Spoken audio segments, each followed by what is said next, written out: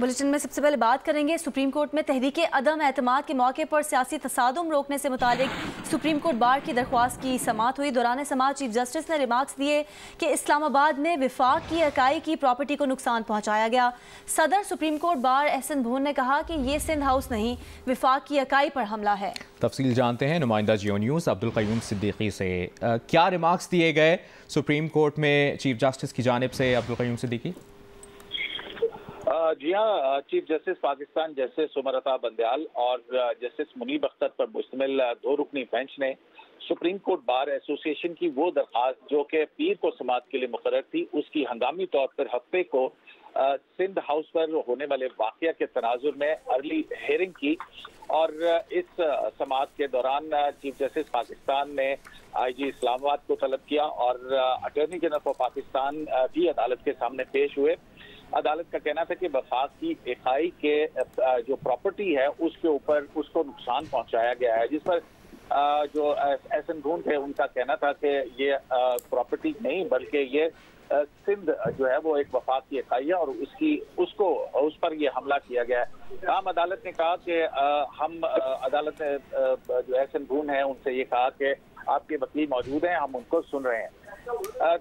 समाअत के बाद अदालत ने एक मुख्तसर हुक्म जो है वो जारी किया है और उसमें जो सुप्रीम कोर्ट बार एसोसिएशन की दरखास्त की के अंदर थी कि आइन के आर्टिकल 95 के तहत जो अदम एतमाद की तहरीक का अमल है वो आइन के तहत हो। इस पर सुप्रीम कोर्ट ऑफ पाकिस्तान ने कहा कि हम इस मामले में मुदाखलत नहीं करना चाहते, पार्लियामेंट और पार्लियामेंटेरियन काबिल एहतराम है। ताहम अदालत ने कहा कि जो अदम एतमाद की तहरीक का अमल है उस पर सख्ती से सुप्रीम आइन के मुताबिक जो है वो अमल दरामद किया जाए। इसी तरह अटॉर्नी जनरल ऑफ पाकिस्तान जो है उन्होंने सिंध हाउस पर होने वाले वाक़या के हवाले से कहा कि इस पर मुझे बहुत पछतावा है, रिग्रेट करता हूँ और अदालत को ये यकीन दिलाते हैं कि आइंदा हुकूमत ऐसे किसी भी किस्म के वाक़े को नहीं होने देगी। सुप्रीम कोर्ट ने जो है वो इस अदम एतमाद की तहरीक के हवाले से तमाम जो सियासी जमातें हैं उनके हवाले से कहा कि उनको भी कानून के मुताबिक अमल करना चाहिए और इन तमाम सियासी जमातों को जिन्होंने अदम एतमाद की तहरीक जमा करवाई है उनको भी नोटिस करके समाअत जो है वो पीर के लिए मुलतवी कर दी। दरख्वास्त की समाअत पीर दिन 1 बजे तक मुलतवी कर दी गई है। बहुत शुक्रिया सिद्दीकी साहब डिटेल्स देने के लिए।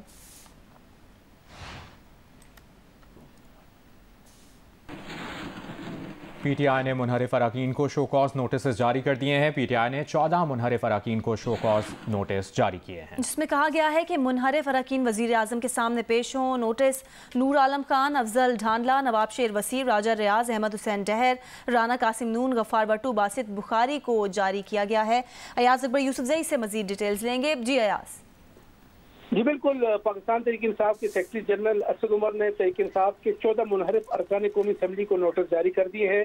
इस नोटिस के मुताबिक इन अरकान को 7 रोज में माफी मांगकर गैर मशरूत पार्टी में वापस आने की मोहलत देते हुए पार्टी चेयरमैन इमरान खान के सामने पेश होने की हिदायत भी की गई है।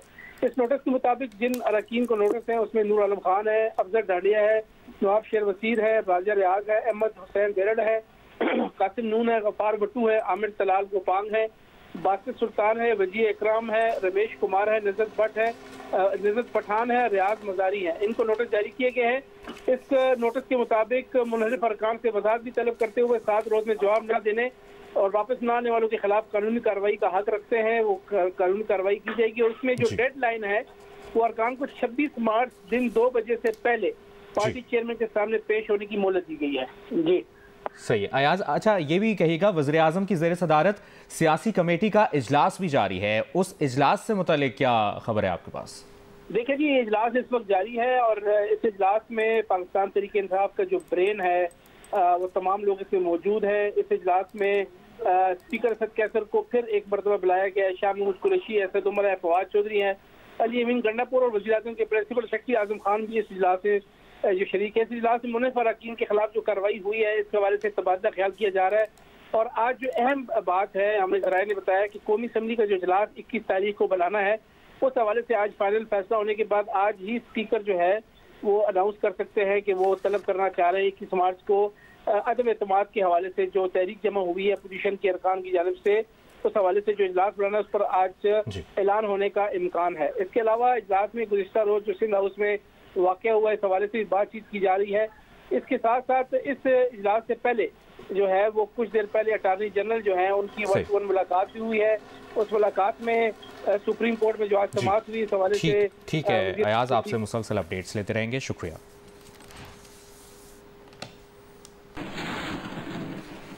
दूसरी जानिब अपोजिशन लीडर की रिहाइशगाह पर मुत्तहिदा अपोजिशन की आला क़यादत का इजलास भी जारी है। अपोजिशन लीडर शहबाज शरीफ, मौलाना फजलुर रहमान, आसिफ अली जरदारी और चेयरमैन पीपल्स पार्टी बिलावल भुट्टो जरदारी भी इजलास में शरीक हैं।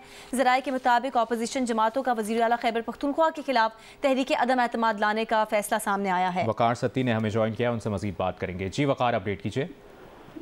हाँ जी बिल्कुल, ऑपरेशन जमातों का ये वो रूटीन की मीटिंग है और अदम एतमाद के हवाले से जो वो सारे सूरत हाल है, जो मुज़ाकरात हैं, उस पर मशावरत की जा रही है। इत्तेहादी जमातों से होने वाली बातचीत पर एक दूसरे को एतमाद में लिया जा रहा है। जबकि अहम फैसला जो हुआ है कि KPK में भी वो नो कॉन्फिडेंस लाई जा रही है और इसके लिए पीपल्स पार्टी को 45 जो PTI के MPAs हैं उन्होंने अपनी हमायत की यकीनदानी कराई है। और ज़राए का ये कहना है कि आइंदा चंद दिनों तक बाकायदा जो है वो तहरीक अदम एतमाद वज़ीर आला और KPK के खिलाफ जमा करा दी जाएगी। ठीक है वकार, बहुत शुक्रिया तफसीलात देने के लिए। इस वक्त इस्लामाबाद में वफाकी वज़रा मीडिया से गुफ्तगू कर रहे हैं। उनके वोटर ये सवाल पूछते हैं पुरअमन तरीके से कि भाई वोट हमने तुमको दिया, बल्ले के निशान पे वोट दिया और तुम इस्तीफ़ा दिए बगैर जाके कैसे उसी बल्ले के ख़िलाफ़ वोट दे सकते हो। तो मैं समझता हूँ कि ये ज़िंदा कौम की निशानी है। इसका मतलब है ये कौम जिसको इमरान खान 80 और 90 की दहाई में जो हॉर्स ट्रेडिंग हुई है उसे निकाल के आज अगर ये कौम आज 5 स्टार होटलों में अपने अवामी नुमाइंदगान से ये सवाल पूछ रही है कि ये वोट कहाँ से दिया। पुरअमन मुजाहरे हो रहे हैं, फैसलाबाद में हो रहे हैं, जड़ांवाला में हो रहे हैं, मुल्तान में आज बहुत बड़ा मुजाहरा हो रहा है। तो इसका मतलब है कि ये कौम ज़िंदा हो गई और ये कोई बद अखलाकी नहीं, ये अखलाकियात जो है उसको शो करती है कि अब फाइनली उनसे हिसाब मांगा जा रहा है। हमारे इत्तेहादी भी हमसे राब्ते में हैं और बहुत सारे ऐसे लोग, क्योंकि आवाम का जो रिएक्शन आया है उसके नतीजे में बहुत सारे ऐसे लोग जो किसी न किसी भड़कावे के साथ, किसी न किसी प्रेशर के साथ या किसी लालच के साथ वो दूसरी तरफ गए थे, अब उनमें से कुछ ऐसे लोग हैं जिनको अपनी गलती का एहसास होना शुरू हो गया और वो अब हमसे दोबारा रब्ता कर रहे हैं और उनके लिए इंशाअल्लाह ताला हमारे दरवाज़े आज भी खुले। जब तक इमरान खान के ख़िलाफ़ वो वोट नहीं डाला अभी तक उन्होंने, इसलिए अभी उनके लिए ये दरवाज़े जो है हमारे लिए खुले हैं और ऐसे कुछ लोग हमसे राब्ते में आ गए हैं।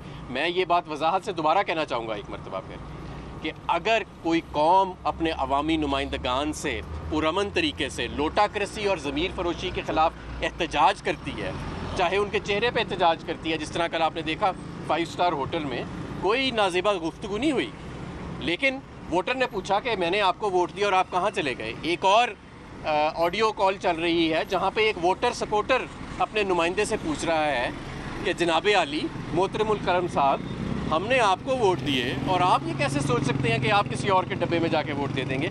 और आप देखेंगे कि आइंदा आने वाले दिनों के अंदर ये जो बेदारी आई है लोगों के अंदर, ये अब वो दौर गुजर गए कि भाई आपने एक पार्टी का वोट लिया और जाके उसी के वज़ीर आज़म के ख़िलाफ़ अदम एतमाद दे दिया। ये 40 साल पुराना पाकिस्तान नहीं, ये नया पाकिस्तान है, सोशल मीडिया का 21वीं सदी का पाकिस्तान है। तो आज इस बात का हमारी जो कॉन्फ्रेंस हुई है जो ऊपर उसके अंदर इस बात को अप्रीशिएट किया गया कि अब ये कौम जाग रही है। लेकिन पुरअमन एहतजाज और किसी तशद्दुद के हम हर किस्म के तशद्दुद के ख़िलाफ़ हैं।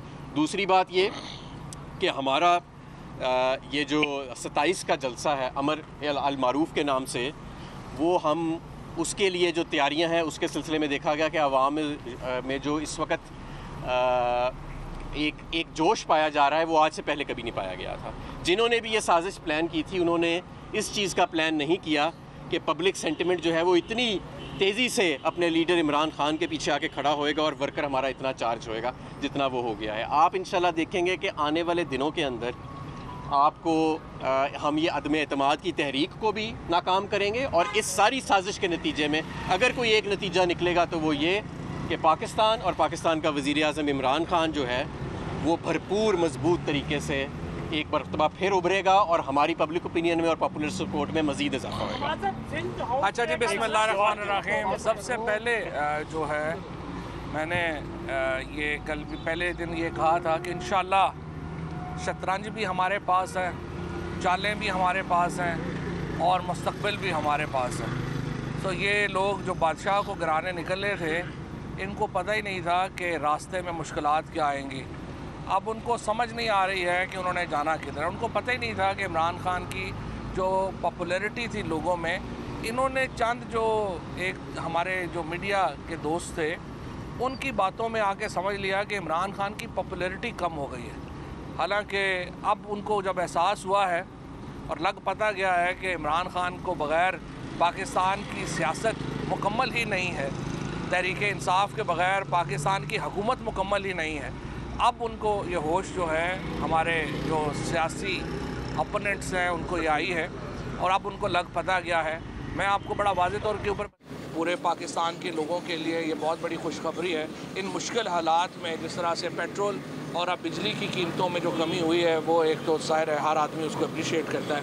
उसके बाद हमने फ़ैसला ये किया, एक तो हम सलाम पेश करते हैं जो एहतजाज पूरे पाकिस्तान में कल पुरअमन एहतजाज के लिए जो लोग निकले हैं वो पाकिस्तान के हीरो हैं और हम समझते हैं कि जिस तरीके से उन्होंने पुरअमन एहतजाज किया, अच्छाई और बदी में जो फ़र्क करना है, अमर बिल मारूफ और नही अनिल मुनकर जो है वो हमारा एक बुनियाद है हमारी सोसाइटी की। और वज़ीर-ए-आज़म ने इसलिए फ़ैसला किया है कि हमारा जो डी चौक में होने वाला जलसा है उसकी जो थीम है, उसका जो ख़याल है वो अमर बिल मारूफ होगा, यानी नेकी की तलकीन होगा।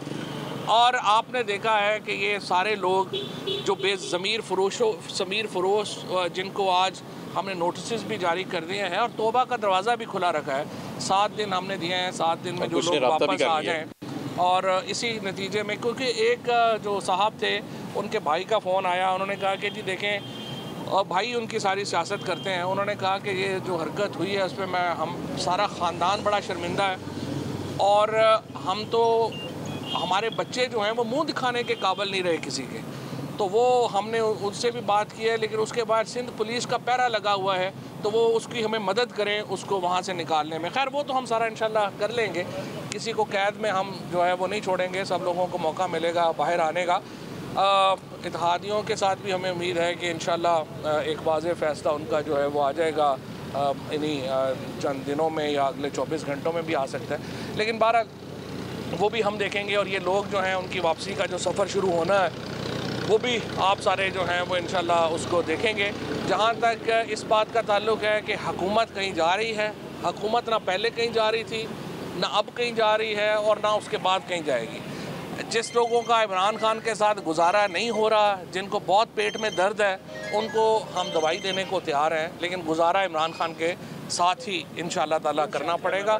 और जिस तरीके से पाकिस्तान की सियासत अब सेटल डाउन हो रही है, हमारी ख्वाहिश ये है कि ये कज़िया जल्दी ख़त्म हो, जो इजलास है उसको जल्द बुलाया जाए ताकि हम मईशत की तरफ वापस आ सकें। ये ना हो कि सियासत में हमारी मईशत जो है वो इतनी ज़्यादा उसको नुकसान पहुँच जाए कि उसमें बहुत ज़्यादा जो है वो उसको नुकसान हो जाए। अभी भी मैं देख रहा हूँ कि जरदारी साहब और बिलावल साहब शहबाज शरीफ साहब के साथ बैठे हुए हैं, निगोशिएशंस हो रही हैं, मुज़ाकरात हो रहे हैं कि आपका पेट फाड़ के हमने पैसे कैसे वापस लेने हैं। जाहिर है कि यही एक फंडामेंटल है जिसके ऊपर इनका होगा। सिर्फ ये एक बार फिर मैं बताना चाहता हूँ कि मुझे बड़ा फ़ख्र है अपनी कौम के ऊपर।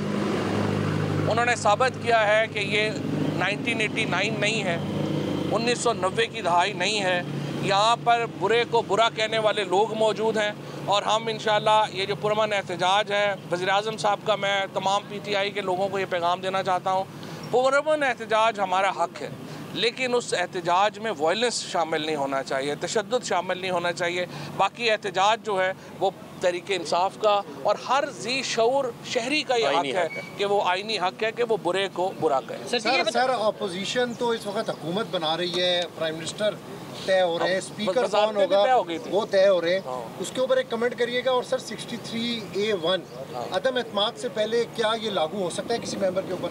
यही तो हम जा रहे हैं ना सुप्रीम कोर्ट से, हमने कहा है कि इसके ऊपर जो कन्फ्यूजन है वो, और हमें बड़ी खुशी है कि आज अटॉर्नी जनरल साहब ने भी ब्रीफ किया है कि सोमवार को ये फाइल हो रहा है और सोमवार को 1 बजे जो है सुप्रीम कोर्ट ने कह दिया कि ये सारे केसेस वो इकट्ठे सुनेंगे, तो इंशाअल्लाह ताला ये सुप्रीम कोर्ट में ये मामला जाएगा। और आप हैरत की बात ये है कि जिन लोगों ने ये फ्लोर क्रॉसिंग लॉ पास किया था आज वही कह रहे हैं कि ये अप्लाई नहीं होता। भाई तो उस वक्त पास क्यों किया था? उस वक्त पास क्यों किया था? उस वक्त के लेजिस्लेटर्स की नीयत वाज़ेह थी कि ये जो हॉर्स ट्रेडिंग है और लोटाक्रेसी है इसको ख़त्म किया जाए, और अब उसी नीयत को अमली जामा पहनाने के लिए सुप्रीम कोर्ट से हमने राय मांगी। हुकूमतें बन रही हैं सर, वो तो ज़रा बताएं। हुकूमतें बन रही हैं, 3 साल से बन रही हैं। वो एक्चुअली ये सारे शेख चिल्ली इकट्ठे हुए हुए हैं, इनके ख्वाब रोज़ बनाते हैं, रोज़ तोड़ते हैं। और मुझे तो डर ये था कि अब शहबाज शरीफ साहब जो सूट पहन, उन्होंने पुराने अपने 60 की दहाई के सूट निकाले हुए हैं, अब हैट पहन के ना देना शुरू कर दें, और हाथ में जो है वो ये पाइप भी ना पकड़ लें, क्योंकि जितना वो खुद को दिखाना चाहते हैं मैं गोरा हूँ, लग नहीं रहा।